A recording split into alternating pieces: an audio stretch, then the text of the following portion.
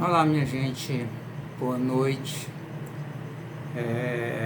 Mais uma vez aqui para gravar o nosso videozinho, ou o nosso vídeo, né? Não vamos nos diminuir tanto. Falando de política e religião, que são as duas coisas que estão hoje juntas, né? Ontem foi, ou hoje foi a data de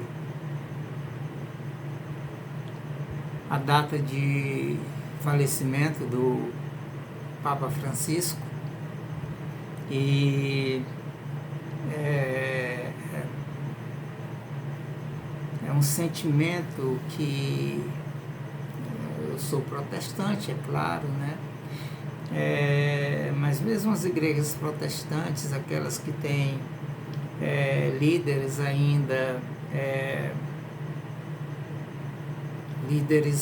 comprometidos com Deus, comprometidos com a Bíblia, comprometidos com o cristianismo, não vou dizer nem com o cristianismo em si, né, porque eu estou mais para concordar com o Caio Fábio do que com os teólogos da minha denominação e de outras denominações, né?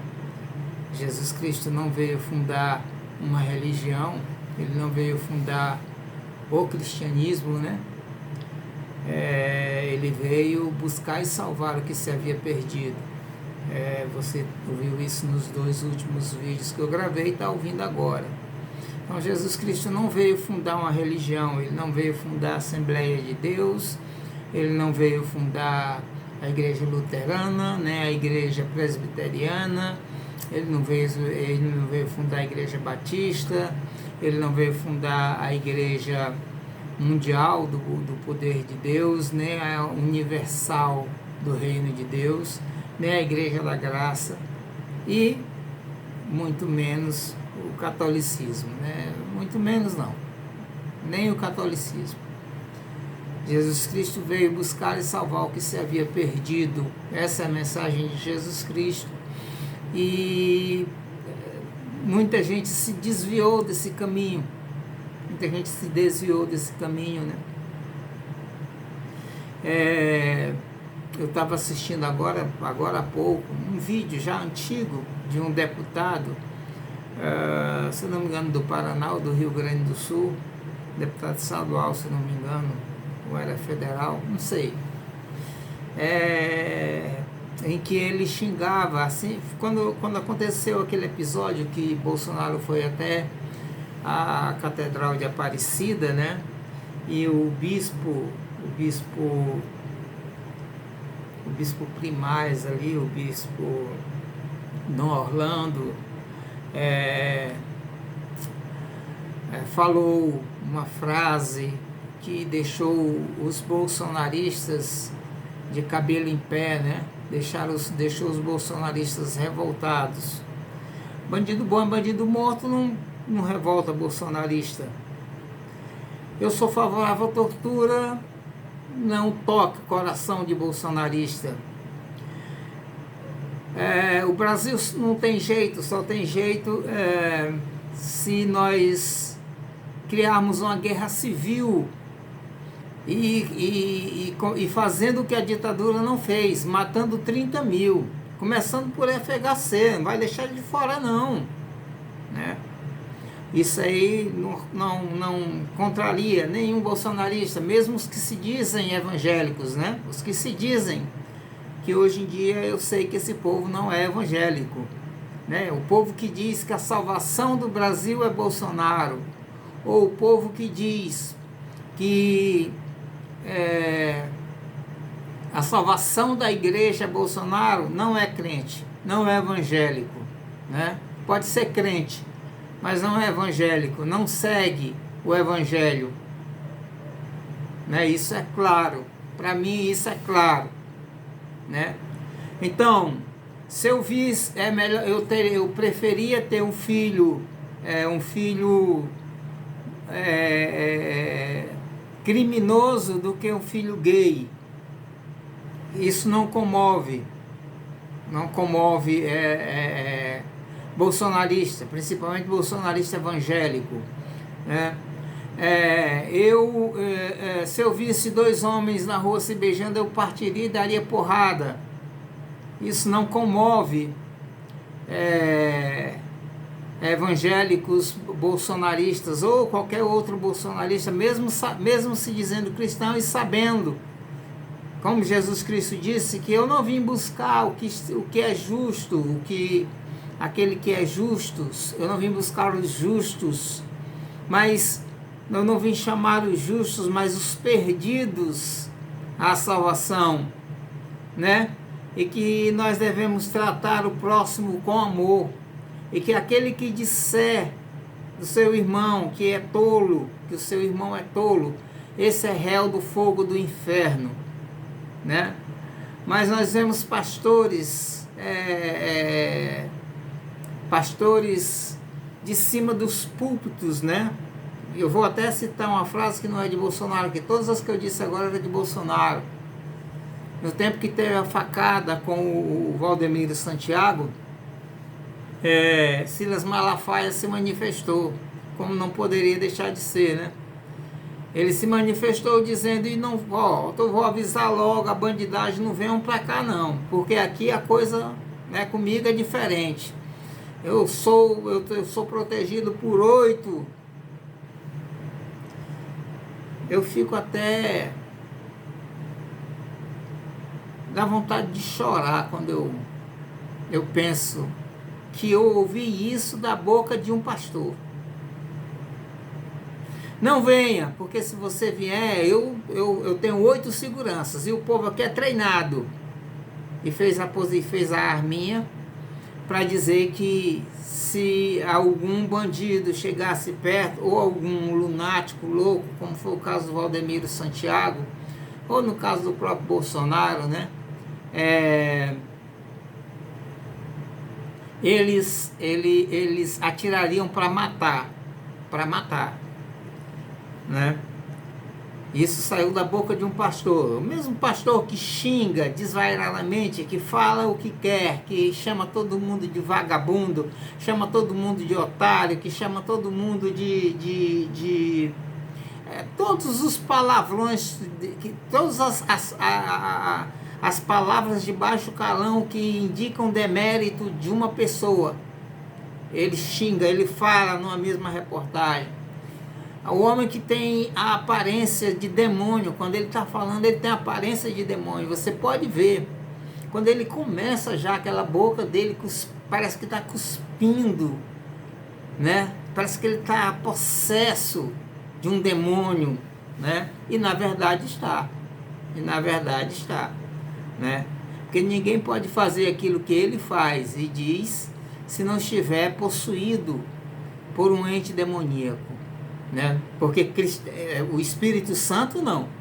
O Espírito Santo não veio para isso. O Espírito Santo é o Paracleto, ou seja, aquele que está ao lado para auxiliar, né? No capítulo 14 de João, ou é o capítulo 15, né? Jesus fala quais são as funções, né, do Espírito Santo, né?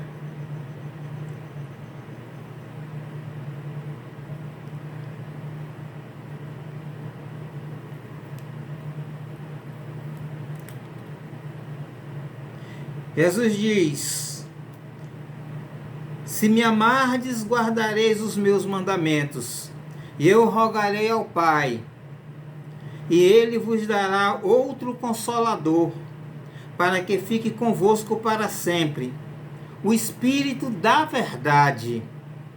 Isso aqui é curioso, porque Bolsonaro passou muito tempo recitando aquele versículo bíblico, lá de João 8:32, né? Que diz: conhecereis a verdade, e a verdade vos libertará. Mas ele não leu, ele não decorou o que estava antes e nem o que estava em seguida àquele versículo. Eu vou passar já lá, né? o Espírito da verdade, que o mundo não pode receber, porque não o vê, nem o conhece. Mas vós o conheceis, porque habita convosco e estará em vós. Não vos deixarei órfãos, voltarei para vós. Ainda um pouco e o mundo não me verá mais, mas vós me vereis, porque eu vivo e vós vivereis. Essas são palavras de Jesus Cristo em João capítulo 14. Naquele dia conhecereis que eu estou em meu Pai, e vós em mim, e eu em vós. Aquele que tem os meus mandamentos e os guarda, este é o que me ama. Aquele que me ama será amado de meu Pai, e eu o amarei, e me manifestarei a ele.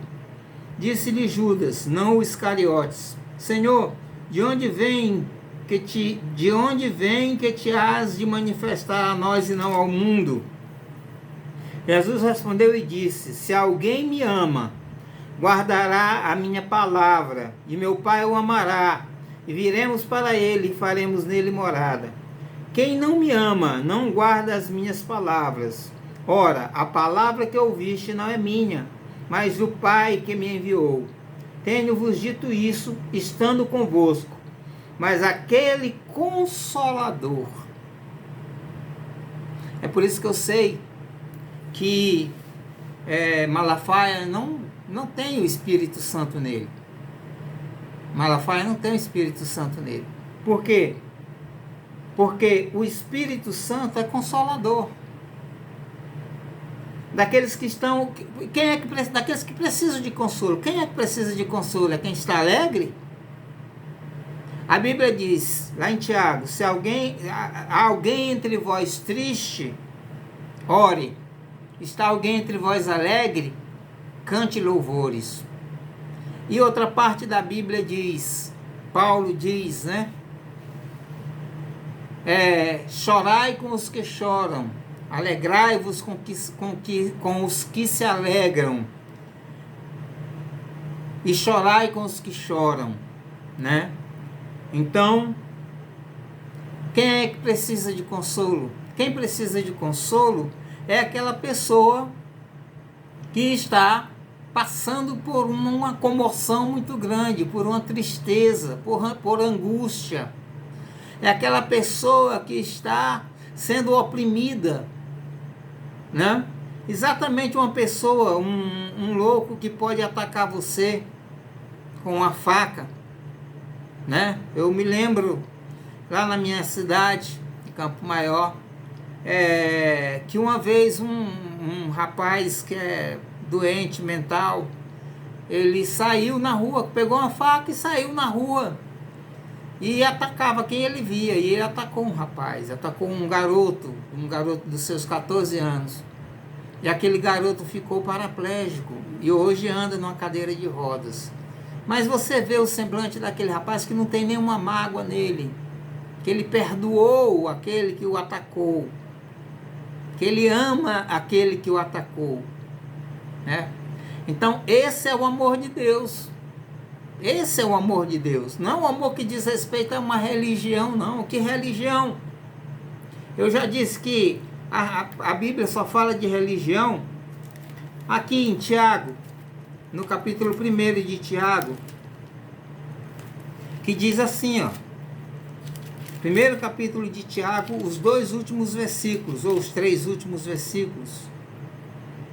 Os 2 últimos versículos, versículos 26 e 27 do capítulo 1 da primeira carta universal do apóstolo Tiago. Diz assim: se alguém entre vós cuida ser religioso e não refreia a sua língua, antes engana o seu coração, a religião desse é vã.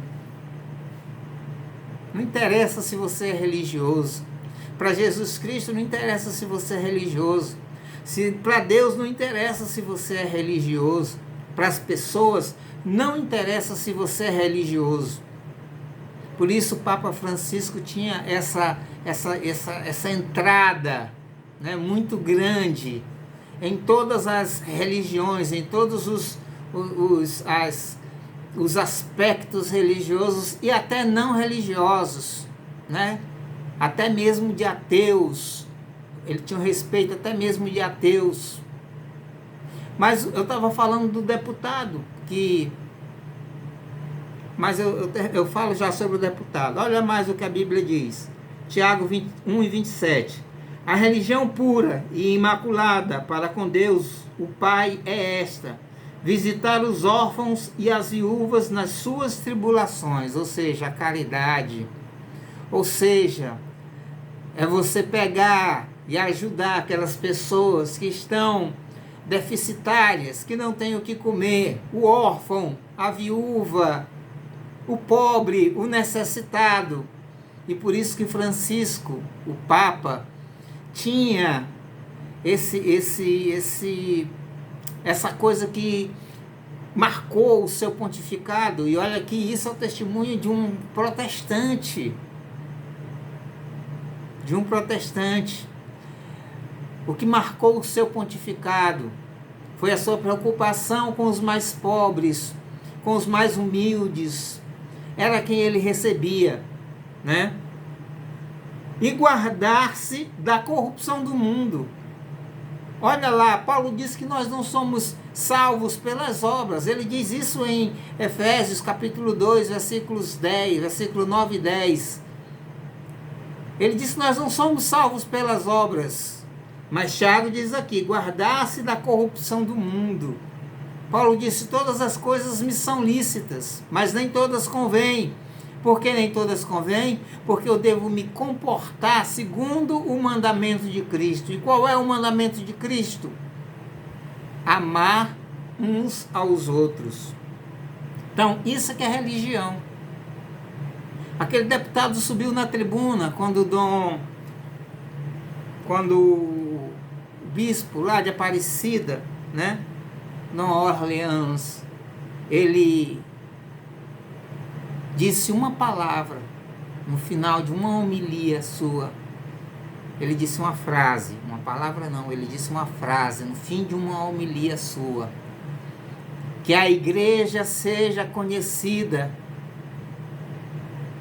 como a igreja amada e não a igreja armada. Aquele deputado subiu na tribuna e disse tanto palavrão e desrespeitou tanto o bispo de Aparecida, o arcebispo. Ele disse tantos, eu não sou capaz de repetir aqui os palavrões que aquele homem disse. Eu vou repetir, vou falar o que eu acho menos cruel: vagabundo, porque ele usou essa mesma palavra para se dirigir ao Papa Francisco e à CNBB. A CNBB, ele esculhambou de todos os nomes, que o CNBB era um câncer no Brasil que tinha que ser extirpado. E que o bispo estava junto com esse Papa, palavrinha que eu acabei de falar que começa com V, que eu não tenho coragem de falar, eu que sigo o protestantismo, e vocês sabem que o protestantismo parte das 95 teses de Lutero que ele pregou na porta da igreja de Windmitter, na Alemanha, né? Ele pregou lá as 95 teses, e uma das coisas que ele colocava em questão era exatamente o pontificado. Eu sou dessa linha. Eu sou da linha de Lutero, de Calvino, de Zwinglio. Mas eu não tenho coragem de falar com o Papa Francisco o que aquele homem falou. Isso há uns 3 anos atrás, 2 anos atrás, 3.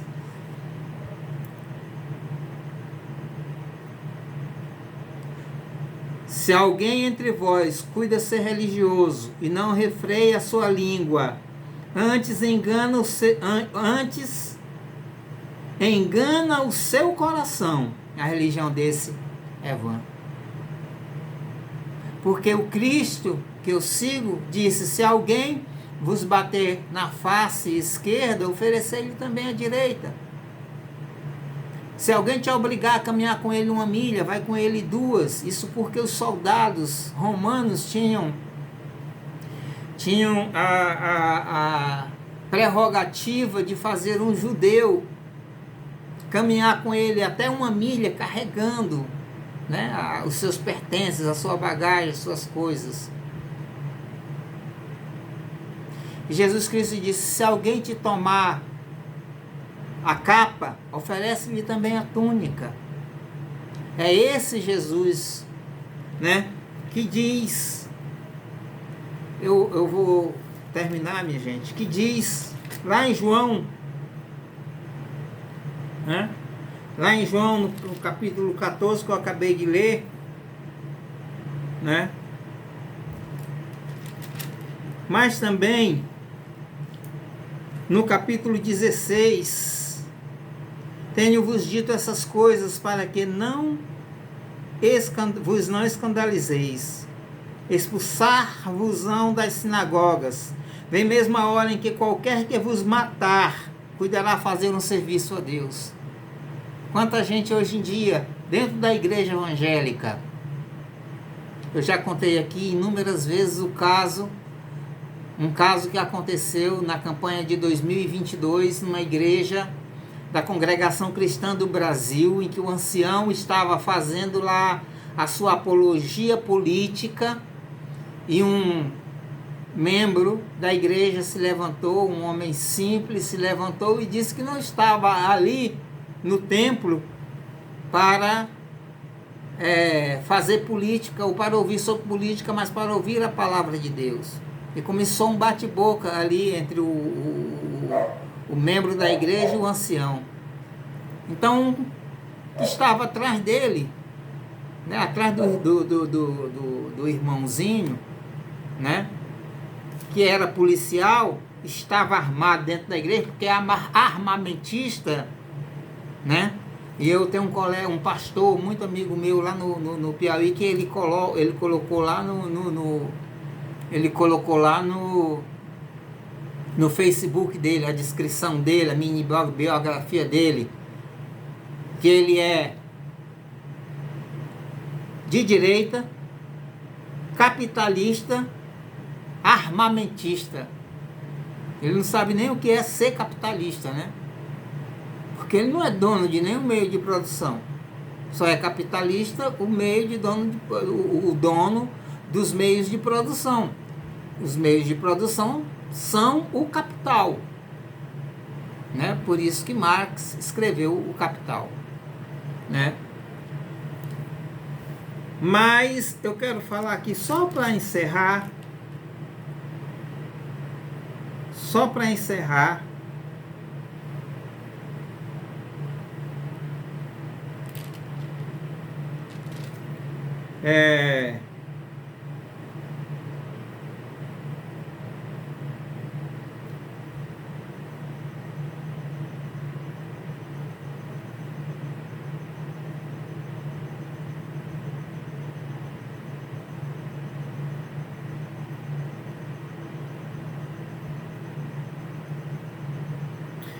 seria sobre o Espírito Santo, mas o capítulo 16 é todo sobre o Espírito Santo.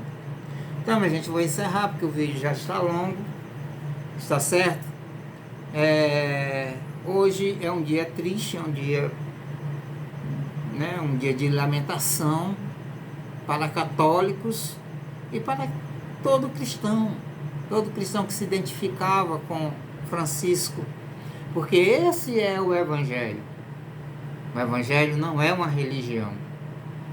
Você vê que esse povo não refreia a sua língua, antes engana o seu próprio coração, como faz Silas Malafaia, que xinga, que eu vou usar até uma palavra chula também, que esculhamba todo aquele que discorda dele, todo aquele que ousa criticá-lo. E nós vemos que hoje em dia, dentro das igrejas, o que menos se tem, como diz Caio Fábio, é evangelho. O que menos se tem dentro das igrejas protestantes hoje, inclusive ou principalmente das pentecostais e neopentecostais, é o evangelho. Porque o que vale mesmo, o que cobre mesmo é o dinheiro, é o vil metal, né? Como diria Belchior.